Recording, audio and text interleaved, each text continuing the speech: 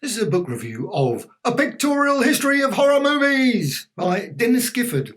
I've actually got very few horror books, so this book is absolutely a brilliant reference book of horror films, predominantly of pre-70s more than anything. This book was published in, well, earlier than 1975, but my copy's from 1975. Obviously it did have I assume, a nice cover around it, but it doesn't have any more. There's 220 pages and it's predominantly in black and white, and it is full, literally full of pictures all the way through it, and tons of information about all kinds of different films.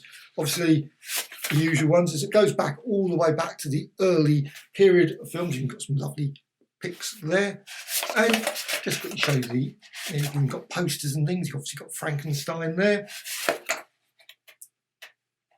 There's all the various chapters. So you've got obviously Dr. Jekyll, you've got the Clayman Cometh, Lon Chaney, you've got Karloff and Lugosi, you've got King of Kongs, you've got Chip Off the Old Hump, The Curse of the Bee People, Thing in Your Lap, and then you've got the Thing in here as well. Also The Best of British Blood. Mentions briefly things like Hammer. Doesn't seem to be particularly enthused by Hammer, I must admit, in this. That's my perception of this book. But, well, it's got lots and lots of pictures. Get the first slight criticism out of the way, and basically I found the way the ordering of pictures and the topics were a bit confusing at times. There was like sections, and this was repeated all the way through. There were sections you've got Dr. Jekyll. So Dr. Jekyll. So this is a section about Dr. Jekyll. And then you got weirdly vampire vamps suddenly stuck in it. Why? But that's repeated quite a lot. I'm going through this thinking, why is that in there? Why is this section? Why is that put in there? All the pictures seem to be outplaced to the actual text. This is sort of like was a drift of the photos. They never seem to be connected with the actual. I mean, some they are. Some you can see it's obviously all Dracula, so you've got all Dracula section. You've got King Kong. You've got lots of pictures of King Kong. But then randomly in the picture of King Kong, you'll suddenly find a section about someone else, and you think, very strange. However, let's get that sort of main little criticism. Now it goes through all obviously the old ones. Obviously Dr. Jekyll, you've obviously got some great pics of Dr. Jekyll there, lots of discussion, and also Golem. Obviously you've got the Golem there, the famous picture. I've seen that picture 1,000 times, but still absolutely always good to see. Also, of course, you've got Dracula. Obviously the early days of Dracula, and obviously some of the talks about various early works, and obviously the variations and things, and obviously many other films that were like vampire-related films. That's all discussed. You've got a section about King Kong, and obviously things like the dinosaurs and stuff. Lost World, sort of connected to that. Also, there's quite a lot of mentions about all the various directors and the writers, as well as obviously the actors. So you've got a big section about Lon Chaney and others, and I'm just going to go, and also obviously lots and lots of posters all the way through this. So you've got Edgar Wallace, Return of the Terror, or the Terror, that one there. I'm not certain who he was. And you've obviously got Frankenstein, so you've got Frankenstein here, all the way classic Karloff. You've got Bride of Frankenstein. Thoroughly enjoyed that. I just watched that recently and thoroughly enjoyed that. That was just brilliant. I watched it on Blu-ray and I thought, wow, this was such a brilliant copy of it, for me anyway. I'm certain other people will turn around, no, I've seen better, but I thought that was just superb. And you've got, again, weirdly, Dracula kicks in again. You've got obviously talking about Universal all the way through this. And then you've got, obviously,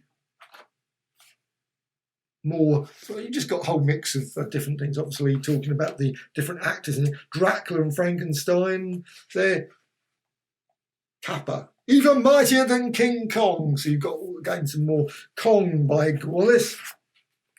Obviously, you've got the jokey ones here, Bud Abbott, etc., which I thoroughly enjoyed at the time, I must admit.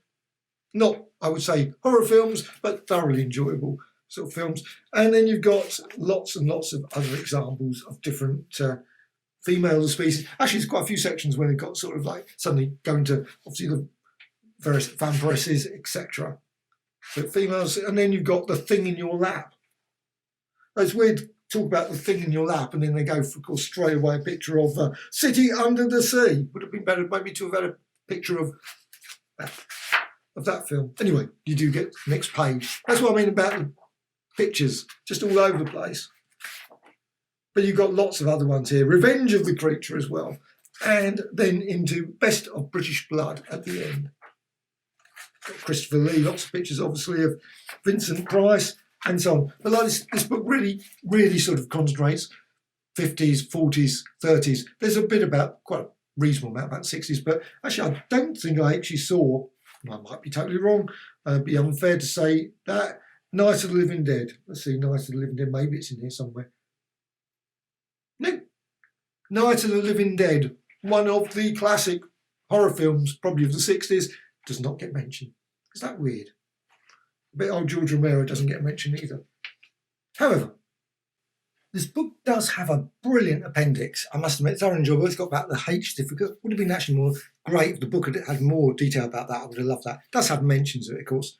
Also, filmography. It's got obviously a list. Now, of course, thousands and thousands of films available on DVD, Blu-rays, 4K, and all those sort of things. But obviously, back in the day, obviously there was fairly limited selection of films, but still quite an impressive selection. Now, I don't know, and I assume, and I haven't checked them off, obviously, I assume all these films are available in some form or other on Blu-ray and DVD.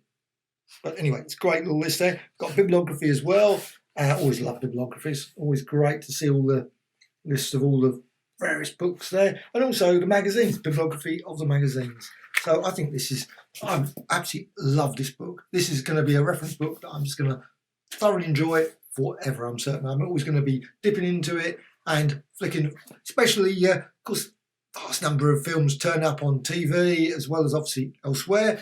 And this is a great one of finding out more about the subject. Of course, nowadays there's Wikipedia and all those sort of things, so a lot of that information is relevant. But I think this is quite a thoroughly enjoyable read and gives a lot of depth about lots of obscure films that are probably worth checking out. Some possibly that are not worth checking out at all. Life is too short, especially get turned into a zombie or vampire or something. I don't know.